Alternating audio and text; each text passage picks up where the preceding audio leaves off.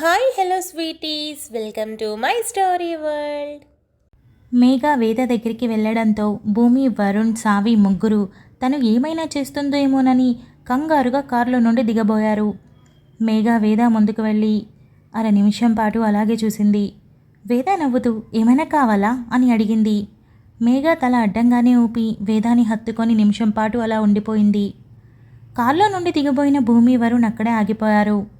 వేదాని వదిలి అక్కడి నుండి కవిత దగ్గరికి వెళ్ళి చేయి పట్టుకొని వెళ్ళొస్తాను అని చెప్పింది మేఘ. కవిత నవ్వుతూ మేఘ తల మీద చేయి వేసి వెళ్ళిరా, సంతోషంగా ఉండు అని ఆశీర్వదించి వేద తీసుకొని వెళ్ళు అని అనింది. వేద దగ్గరికి వెళ్ళి మేఘ చేయి పట్టుకొని పద టైం అవుతుంది అని తీసుకొని వెళ్ళింది. స్కూల్ నుండి తల్లితో పిల్లాడు ఇంటికి వెళ్ళేటప్పుడు ఎలా అయితే ముద్దుగా చేయి పట్టుకొని చెప్పిన దారిలో వెళ్తాడో అలాగే మేఘ వెళ్ళింది. కారులో బయలుదేరారు.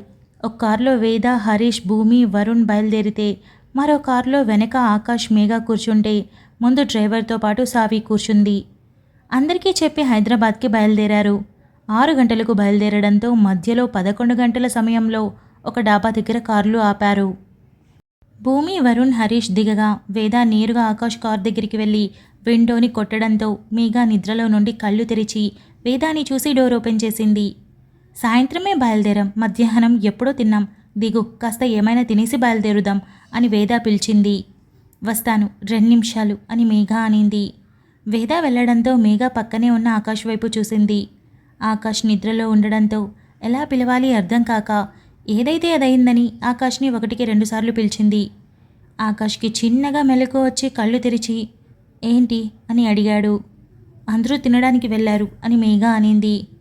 అయితే నేనేం చేయాలి అని ఆకాష్ అన్నాడు. మధ్యలో మళ్ళీ ఆగడానికి కుదరదు, ఏమైనా తినాలి అనుకుంటే ఇక్కడే తినాలి అని మేఘ అనింది. నాకు ఆకలి లేదు, నువ్వు వెళ్ళి తిను అని ఆకాష్ అనడంతో మేఘ ఇంకేం మాట్లాడకుండా దిగి వెళ్ళిపోయింది. అందరూ డాబాలో లైట్గా టిఫిన్ చేసి ఎవరి కారులో వాళ్ళు ఎక్కారు. మేఘ కారులో కూర్చొని మేలుకొని ఫోన్ చూస్తున్న ఆకాష్ పక్కన ఒక కవర్ పెట్టింది. ఆకాష్ కవర్ పట్టుకొని ఏంటిది అని అడిగాడు. ముందు కూర్చున్న సావి వెనక్కి తిరిగి అన్నయ్య, వదిన నీకోసమే టిఫిన్ తీసుకుంది, మధ్యలో ఆకలిస్తుంది కదా, తిను అని అనింది. మేఘ ఏం మాట్లాడకుండా విండో నుండే బయటికి చూస్తూ సైలెంట్గా కూర్చుంది. నాకేం అవసరం లేదు అని కవర్ సీట్ మధ్యలో అంటే మేఘాకి తనకి మధ్యలో పెట్టాడు ఆకాష్. ఆకాష్కి ఆ రోజు మధ్యాహ్నం కూడా తినకపోయేసరికి నిజంగానే 1 గంట టైంలో చాలా ఆకలిగా అనిపించింది. కానీ తన దగ్గర ఉన్న టిఫిన్ తినడానికి ఇగో అడ్డొచ్చింది. ఏం చేయాలో అర్థం కాలేదు. ఆకలికి కళ్ళు మూసుకున్నా నిద్ర పట్టకపోయేసరికి ఇక తప్పక మేఘ వైపు చూశాడు.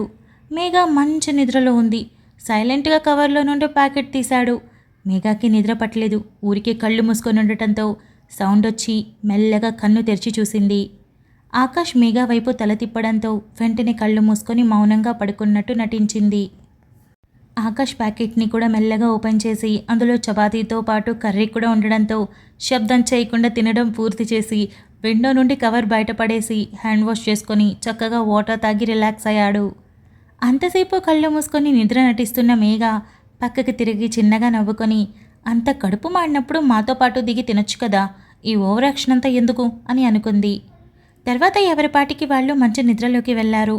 పొద్దున 6 గంటల టైంలో హైదరాబాద్కి చేరుకున్నారు. వేద మేఘ ఫోన్కి ఫోన్ చేయడంతో మేఘ లిఫ్ట్ చేసి హలో అని అనింది. మేఘ నువ్వేం అనుకున్నంటే అందరం మా ఇంటి దగ్గరే దిగుదాం, ఫ్రెష్ అయ్యాక అప్పుడు నువ్వు ఇంటికి వెళ్ళొచ్చు, నీకు ఇష్టమే కదా అని వేద పర్మిషన్ అడిగింది. మేఘ ఏం మాట్లాడకుండా 1 నిమిషం పాటు సైలెంట్గా ఉండి సరే ఆ తర్వాత ఖచ్చితంగా మా ఇంటికి వెళ్ళిపోతాను అని చెప్పింది. అలాగే నీకెవ్వరూ అడ్డు చెప్పరు అని వేద నవ్వుతూ కాల్ కట్ చేసింది. అందరూ కలిసి హరీష్, వేద ఇంటికి చేరుకున్నారు. వరుణ్ ఇంట్లోకి వెళ్ళగానే అందరూ ఉండగానే హరీష్ అన్నయ్య కాస్త ఫ్రెష్ అయిన తర్వాత టిఫిన్ చేసి నేను భూమిని తీసుకొని ఇంటికి వెళ్ళిపోతాను, అక్కడైతే నేను సందీప్ నా వర్క్ చేసుకోవడానికి వీలుగా ఉంటుంది అని చెప్పాడు. నీ ఇష్టం రా, ఎలాగో కొత్తగా పెళ్ళైంది కదా, ప్రైవసీ ఉంటే బాగుంటుంది అని హరీష్ నవ్వుతూనే అన్నాడు. వేద అందరికీ ఫ్రెష్ అవ్వమని చెప్పి తను హరీష్తో అందరికీ ఇష్టమైన టిఫిన్స్ ఆర్డర్ చేయించింది. అందరూ ఫ్రెష్ అయ్యేసరికి ఆర్డర్ కూడా రావడంతో కలిసి తిన్నారు. మేఘ టిఫిన్ చేశాక అందరి ముందే నేను మా ఇంటికి వెళ్ళాలి అనుకుంటున్నాను, ఇక బయలుదేరుతాను అని అనింది. ఆకాష్ నువ్వు కూడా వెళ్ళాలి అని హరీష్ చెప్పాడు. లేదన్నయ్య, నేను వెళ్ళను అని ఆకాష్ నేల చూపులు చూస్తూనే చెప్పాడు. చూడు ఆకాష్, మీకు జరిగింది బొమ్మల పెళ్లి కాదు. సరైన ముహూర్తానికి నువ్వు మేఘా మెడలో 3 ముళ్ళు వేశావు. వాళ్ళ నాన్న చెప్పింది గుర్తుంది కదా, సంవత్సరం పాటు ఇద్దరూ కలిసే ఉండాలి, తర్వాత విడాకుల గురించి ఆలోచించవచ్చు. అప్పటి వరకు ఇద్దరూ కలిసే ఉండాలి. అలా కలిసి లేరనుకో, మీకు విడాకులు కూడా ఇవ్వరు. మళ్ళీ సంవత్సరం పాటు కలిసి ఉండమని కోర్టు ఆర్డర్ ఇస్తుంది. అదంతా అవసరమా? ఇప్పుడే కలిసి ఉండడం ప్రారంభిస్తే మళ్ళీ టైం పెంచాల్సిన అవసరం ఉండదు కదా అని ఆకాష్కి అర్థమయ్యే రీతిలో చెప్పాడు హరీష్. ఆకాష్ ఇంకేం మాట్లాడకుండా సైలెంట్గా ఉండడంతో వేద ఇంట్లోకి వెళ్ళి మేఘా దగ్గరికి వచ్చి తన చేతిలో 10,000 రూపాయలు డబ్బులు పెట్టి, మొదటిసారి ఇంటికొచ్చావు, కొత్తగా పెళ్ళైన వాళ్ళ ఇంటికి వస్తే బట్టలు పెట్టి పంపించాలి, కానీ అనుకోకుండా వచ్చేసాం కదా, అందుకే కుదరలేదు. నీకు ఇష్టమైన చీర కొనుక్కో. ఈ డబ్బులు నీ స్తోమతికి చాలా తక్కువ నాకు తెలుసు, కానీ మా దగ్గర ఉన్నవి ఇస్తున్నాం అని వేద నవ్వుతూ చెప్పింది. మేఘా వద్దని వారించలేదు, అలా అని మరో మాట మాట్లాడలేదు. డబ్బులు తన హ్యాండ్ బ్యాగ్లో పెట్టుకుంది. మేఘా, ఆకాష్ ఇద్దరూ తమ లగేజ్ తీసుకొని బయలుదేరారు.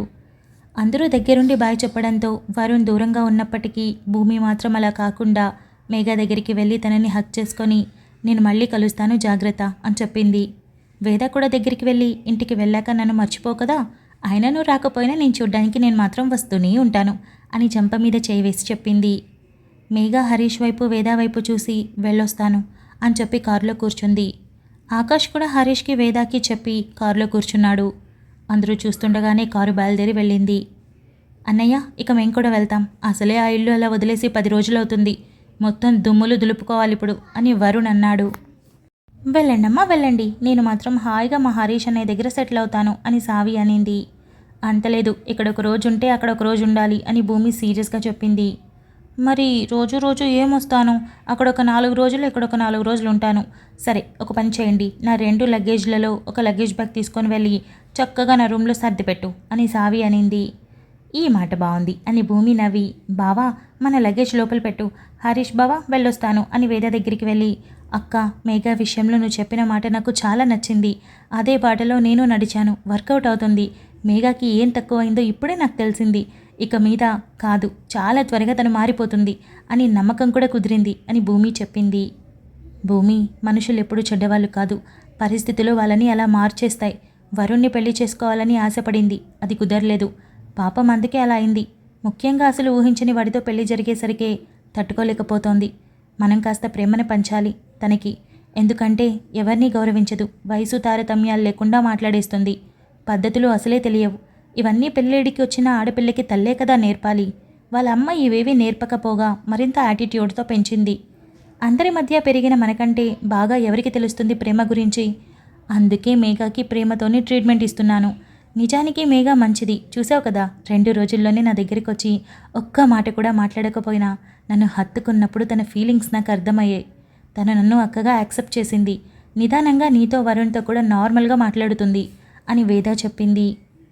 అసలు మేఘా నిజానికి ఎలాంటిదన్న విషయం వేదాకి తెలియనప్పటికీ సరైన స్టెప్ తీసుకున్న విధానం భూమికి నచ్చి, అవునక్క, ఇక మీద నేను కూడా మేఘా పట్ల నీలాగే ప్రవర్తించడం మొదలుపెట్టేశాను కూడా అని భూమి నవ్వింది. సరే, ఒక నిమిషం ఆగు అని ఇంట్లోకి వెళ్ళి మేఘాకి ఎలా అయితే 10,000 రూపాయలు ఇచ్చిందో అలానే భూమి చేతిలో కూడా 10,000 పెట్టింది. భూమి నవ్వి డబ్బులు వేద చేతిలో పెట్టి, అక్క, పెళ్ళయ్యాక ఎవరైనా ఇంటికి పిలిచినప్పుడు బట్టలు పెట్టడం సహజం, అది పద్ధతి కూడా, కానీ నేను పరా ఇంటికి రాలేదు, నువ్వు నాకు పేరుకే అక్కవి, నిజానికి నా మనసులో నీ స్థానం తల్లిది. మరి అమ్మ ఎక్కడైనా బట్టలు పెడుతుందా? తొలి పండుగకి వస్తాము, అప్పుడు పెట్టుకోవాలంటే అని భూమి నవ్వింది. వేద కూడా నవ్వి, సరే జాగ్రత్తగా వెళ్ళండి, ఇల్లంతా నీట్గా సర్దుకోండి, ఇది వరకట్లో టామ్ అండ్ జెర్రీలా కొట్టుకోకుండా భార్యాభర్తలమన్న విషయం గుర్తుపెట్టుకొని చక్కగా హ్యాపీగా సంసారం చేసుకోండి అని వేద చెప్పింది. అయ్యో వేద, నువ్వు నిజంగా చాలా అమాయకురాలివి, వాళ్ళిద్దరూ టైటానిక్ మూవీలో రోజ్ అండ్ జాక్ లాగా ప్రేమలో మునిగి మునిగి తేలుతారు, చూస్తూ ఉండు అని హరీష్ అన్నాడు. భూమి నవ్వుతూ, దిష్టి పెట్టకు బావా అని క్యూట్గా అనింది. సరే సరే అని హరీష్ నవ్వడంతో వరుణ్ భూమి లగేజ్ తీసుకొని ఇంటికి బయలుదేరారు. ఎక్కడ వాళ్ళు అక్కడ వెళ్ళడంతో, వదినా నేను వెళ్ళి బాగా రెస్ట్ తీసుకోవాలి, నువ్వు నన్ను డిస్టర్బ్ చేయకు అని సావి చకచకా రూమ్లోకి వెళ్ళి డోర్ వేసుకొని సందీప్కి కాల్ చేసింది. ఇంటికి చేరుకున్న మేఘ, ఆకాష్ ఇద్దరు ఇంట్లోకి వెళ్ళారు. అప్పుడే కోర్టుకి బయలుదేరబోతున్న హరిప్రసాద్ ఇద్దరిని చూసి నవ్వుతూనే, మేఘ ఏంట్రా అప్పుడే వచ్చేశారు, లోపలికి రండి, ఆకాష్ ఎలా ఉన్నావు అని చాలా మర్యాదగా అడిగాడు. ఆకాష్ చిన్న నవ్వు నవ్వి బాగున్నామన్నట్టుగా తల ఊపాడు. మేఘ హరిప్రసాద్ గారి దగ్గరికి వెళ్ళి, నాన్న అక్కడ నాకు ఉండాలనిపించలేదు, అందుకే వచ్చాను. నేనేమి ఎవరి మీద గొడవ చేయలేదు. భూమిని అడిగాను నాకు హైదరాబాద్ వెళ్ళిపోవాలని ఉందని. భూమి, వేద అక్కనే ఇంట్లో అందరినీ ఒప్పించారు. నాతో పాటు వేద అక్క, హరీష్, వరుణ్, భూమి అందరూ వచ్చారు అని చెప్పింది. నేనేమీ నిన్ను క్వశ్చన్ చేయలేదు. అప్పుడే వచ్చేసారేంటా, పల్లెటూరు కదా, 1,00,000 పద్ధతులు ఉంటాయి. కొత్తగా పెళ్ళైన జంటని వెంటనే పంపించరు. కానీ వాళ్ళు పంపించారంటే కేవలం నీకోసమే అనుకుంటా అని హరిప్రసాద్ అన్నాడు. నాన్న, నేను ఆ రోజు చెప్పినట్టు ఆ ఊరికి వెళ్ళను, ఇక్కడే హైదరాబాద్లో ఉండాలనుకుంటున్నాను అని మేఘా అనింది. మేఘా, కొత్తగా పెళ్లి చేసుకునే కూతురు ఇంటికి రాగానే ఇలా మాట్లాడొచ్చో లేదో నాకు తెలియదు. కానీ ఒక మాట మాత్రం చెప్తాను, నువ్వు ఆ ఊరికి వెళ్ళక్కర్లేదు. అలా అని ఇక్కడ ఉండడానికి కూడా నేను ఒప్పుకోను. ఎందుకంటే ఇక్కడే ఉంటే ఆకాష్ ఇల్లరికం తెచ్చుకున్న అల్లుడవుతాడు. తనకు ఆ పేరు వచ్చిందంటే వాళ్ళ అమ్మా నాన్నకి చెడ్డ పేరు వస్తుంది. అది నాకు ఇష్టం లేదు. అందుకే మీరు వేరే కాపురం పెట్టాల్సి ఉంటుంది అని హరిప్రసాద్ చెప్పాడు. ఆ మాటకి అప్పుడే గదిలో నుండి బయటకు వస్తున్న సందీప్తో పాటు మేఘా, ఆకాష్ కూడా షాక్ అయ్యారు. సందీప్ ఫోన్ చెవి దగ్గర పెట్టుకొని, ఇప్పుడే ఇంటికి రీచ్ అయ్యారు, నేను మళ్ళీ మాట్లాడతాను నీతో అని సావి కాల్ని కట్ చేసాడు సందీప్. అదేంటి నాన్న, వెళ్ళిపోమ్మంటే ఎక్కడికి వెళ్ళిపోతాం? వీళ్ళ ఊరు ఇది కాదు, ఇక్కడ వీళ్ళకి ఇల్లు లేదు, మరి ఇక్కడే కదా ఉండాలి అని మేఘా అనింది. నిజమే, కాదనడం లేదు. నేనేమీ మిమ్మల్ని ఇప్పటికిప్పుడు రోడ్డు మీదకి వెళ్ళిపోమ్మని చెప్పడం లేదు. ఈరోజు ఇక్కడే ఉండండి. రేపు మీకోసం వేరే ఇల్లు రెంట్కి తీసుకొని ఆ ఇంటి తాళాలు నీ చేతిలో పెడతాను. ఇద్దరూ వెళ్ళి అక్కడే ఉండండి. ఆకాష్ నీ భార్యని, అదే విడాకుల వరకు తను నీ భార్య కదా, అప్పటి వరకు నువ్వే పోషించాలి. కావాలంటే మొదటి నెలలో అప్పుగా ఇంటి సామాన్లకి ఖర్చులకి 1,00,000 రూపాయలు ఇస్తాను. ఆ తర్వాత నెల నుండి మేఘాని నువ్వే పోషించాలి. మేఘా, నువ్వు కూడా ఖర్చులు తెలుసుకొని మసులుకోవాలి. షాపింగ్లంటూ పార్టీస్ అంటూ తిరిగితే కుదరదు. ఒకవేళ వెళ్తే అది నీ భర్త డబ్బులై ఉండాలి. పని మనిషిని పెట్టుకుంటావో పని నేర్చుకుంటావో అది కూడా నీ ఇష్టమే అని హరిప్రసాద్ అన్నాడు. ఆకాష్ మాత్రం ఏమీ మాట్లాడలేదు. కానీ మేఘా మాత్రం అప్పుడే కిందకి దిగిన సందీప్ వైపు, హరిప్రసాద్ వైపు మార్చి మార్చి చూసి, నా తప్పేమీ లేకుండా ఈ పెళ్లి జరిగింది. మరి ఎందుకు నాన్న నన్ను శిక్షిస్తున్నా? నీకు తెలుసు కదా నాకొక్క పని కూడా రాదని. నీకు తెలుసు కదా ఇల్లుని ఎలా మెయింటైన్ చేయాలో కూడా నాకు తెలియదని. మరి ఎందుకు ఇలాంటివన్నీ అప్పగిస్తున్నావు అని మేఘా అడిగింది. మేఘా, అదేమీ పెద్ద బ్రహ్మ విద్య కాదు. మరో విషయం, పుట్టుకతోనే ఏ పని మనకి రాదు. ప్రతిదీ నేర్చుకుంటూనే అలవాటు చేసుకున్నాం. ఇది కూడా అంతే. ఒక నెల ఇల్లుని అండర్లోకి వచ్చిందంటే ఆటోమేటిక్గా అన్ని పనులు నీకు తెలుస్తాయి. ఖర్చు ఎంత అవుతుందో తెలుస్తుంది. అది ఎలా ఖర్చు పెట్టాలో కూడా తెలుస్తుంది. పొదుపు కూడా తెలుస్తుంది. చూద్దాం నువ్వు ఎలా సంసారాన్ని నడిపిస్తావో. మరో విషయం, ఇద్దరు విడివిడిగా ఉండాలి అని అనుకుంటారేమో. అది అస్సలు కుదరదు. చెప్పాను కదా, సంవత్సరం వరకు ఇద్దరు కలిసే ఉండాలి. సంవత్సరం తర్వాత అప్లై చేయిస్తాను. అప్పటి వరకు తప్పక కలిసి ఉండాలి. అలా కాకుండా విడివిడిగా ఉన్నారంటే ఒక జడ్జిగా నేనే లాయర్ని హైర్ చేసి మీ ఇద్దరు కలిసి ఉండట్లేదు, మీరు విడాకులకి అర్హులు కాదని నోటీస్ ఇప్పిస్తాను అని హరిప్రసాద్ అన్నాడు. నానా, అన్ని వైపుల నుండి లాక్ చేస్తున్నావు కదా, పర్వాలేదు, మేము విడిగానే ఉంటాం, ఎలాగోలా బ్రతుకుతాం, నాకు జాబ్ ఉంది అని మేఘా అనింది. మేఘా అంత ఖచ్చితంగా మాట్లాడేసరికి ఆకాష్ కూడా హరిప్రసాద్ వైపు చూస్తూ, అంకుల్, మీరు ఇస్తానన్న 1,00,000 రూపాయలు కూడా నాకు అవసరం లేదు. మా అమ్మ మా నాన్న నా అకౌంట్లో ఎప్పుడూ డబ్బులు ఉంచుతారు. వాటితో మేము ఇల్లు రెంట్కి తీసుకొని అన్నీ కొనుక్కొని అంత సరిపోతాయి అని ఆకాష్ అన్నాడు. చూడండి, నేను మిమ్మల్ని టార్చర్ చేయాలి అనుకోవడం లేదు. మీ అమ్మా నాన్నకి చెడ్డ పేరు రాకూడదు. అలాగే మా అమ్మాయిని ఇంత ఘోరంగా పెంచామని పేరు కూడా నాకు అక్కర్లేదు. ఎందుకంటే నా బిడ్డకి యాటిట్యూడ్ ఎక్కువేమో, కానీ మనసు మాత్రం మంచిది. దాన్ని మంచిది కాదు అని ఎవరైనా అంటే నేను అస్సలు ఒప్పుకోలేను. ఎందుకంటే మేఘా వాళ్ళ అమ్మ పెంపకంలో పెరిగినప్పటికీ నాతో కలిసి ఉంటుంది. అందుకే ఇలాంటి ఒక కండిషన్ని పెట్టాల్సి వచ్చింది అని అన్నాడు. నాన్న, నేను వెళ్ళి ఫ్రెష్ అవుతాను అని మేఘా అనింది.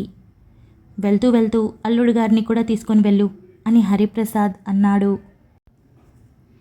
మేఘా వెనక్కి తిరిగి ఆకాష్ వైపు చూడ్డంతో ఆకాష్ తన బ్యాగ్ పట్టుకొని మేఘా వెంట తన రూమ్లోకి వెళ్ళాడు. Thank you so much for listening guys. Update నచ్చినట్టయితే లైక్ చేయండి, షేర్ చేయండి, కమెంట్ చేయండి, అలానే సబ్స్క్రైబ్ చేసుకోండి.